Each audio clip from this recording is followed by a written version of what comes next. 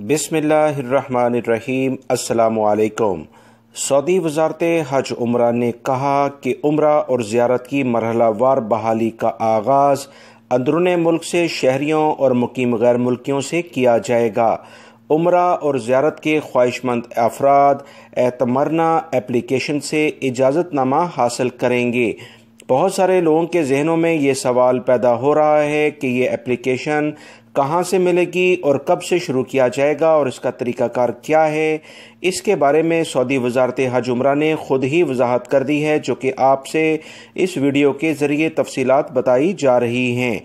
तफसीलात दोस्तों कुछ ये हैं कि सऊदी वजारत ने कहा कि एतमरना एप्लीकेशन 10 सफ़र से, जो कि 27 तारीख इसी महीने की बनती है, बाकायदा लॉन्च कर दी जाएगी और मोबाइल सार्फिन इसे डाउनलोड कर सकेंगे। यानी आप अपने मोबाइल में इसे डाउनलोड कर सकते हैं।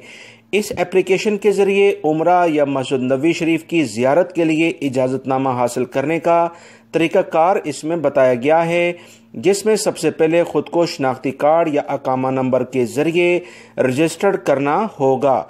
इस एप्लीकेशन में 3 ऑप्शन दिए गए थे: उम्रे की अदायगी, हरम में नमाज या मस्जिद नबवी शरीफ के रोज़ा अतहर में नमाज की अदायगी।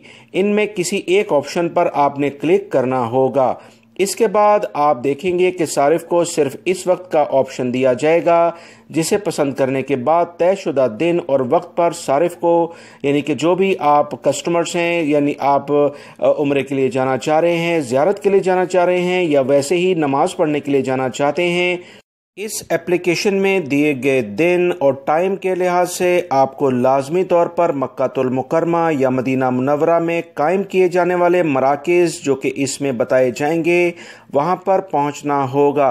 इन मराकिज़ की तफसील और मकामात बाद में जारी कर दिए जाएंगे। यहां पहुंचकर मौजूद अहलकार को अपना इजाज़तनामा दिखाना होगा, जो कि इस एप्लीकेशन के ज़रिए आपको जारी कर दिया जाएगा। हिफाजती और एहतियाती तदाबीर पर अमल करते हुए और हदायत की पाबंदी के साथ उम्रा अदा किया जाएगा। उम्रे की अदायगी के बाद दोबारा इसी मरकज़ की तरफ आना होगा, जिसके ज़रिए आपको दोबारा से वहां से अपने जो भी आपकी लोकेशन है, आपके घर हैं, वहां पर उनके लिए रवाना किया जाएगा। वजारत ने मज़ीद इस सिलसिले में कहा है कि सारिफ उम्रे की अदायगी के बाद मक्कातुल मुकरमा के किसी होटल में क़याम करना चाहे तो उसे इख्तियार होगा। अलबत्ता हरम में नमाज की अदायगी के लिए इसे इजाज़तनामा फिर से दोबारा लेना होगा। हरम मक्की शरीफ के हवाले से ये ज़ाब्ता मक्कातुल मुकरमा के रिहायशियों पर भी लागू होगा, यानी कि मक्का में रहने वाले अफराद भी इसी एप्लीकेशन के ज़रिए इजाज़त हासिल कर सकेंगे। अगर वो हरम में नमाज अदा करना चाहें तो इन्हें इसका इजाज़तनामा लेना पड़ेगा। ये कुछ अहम इत्तलात आई थी दोस्तों, जो मरहलावार मैं आपसे शेयर करता जा रहा हूँ। उम्मीद करता हूँ इस वीडियो को लाइक करके आप अपने दोस्तों से लाजमी शेयर कर देंगे। अपना बहुत सारा ख्याल रखिएगा। अस्सलामु अलैकुम।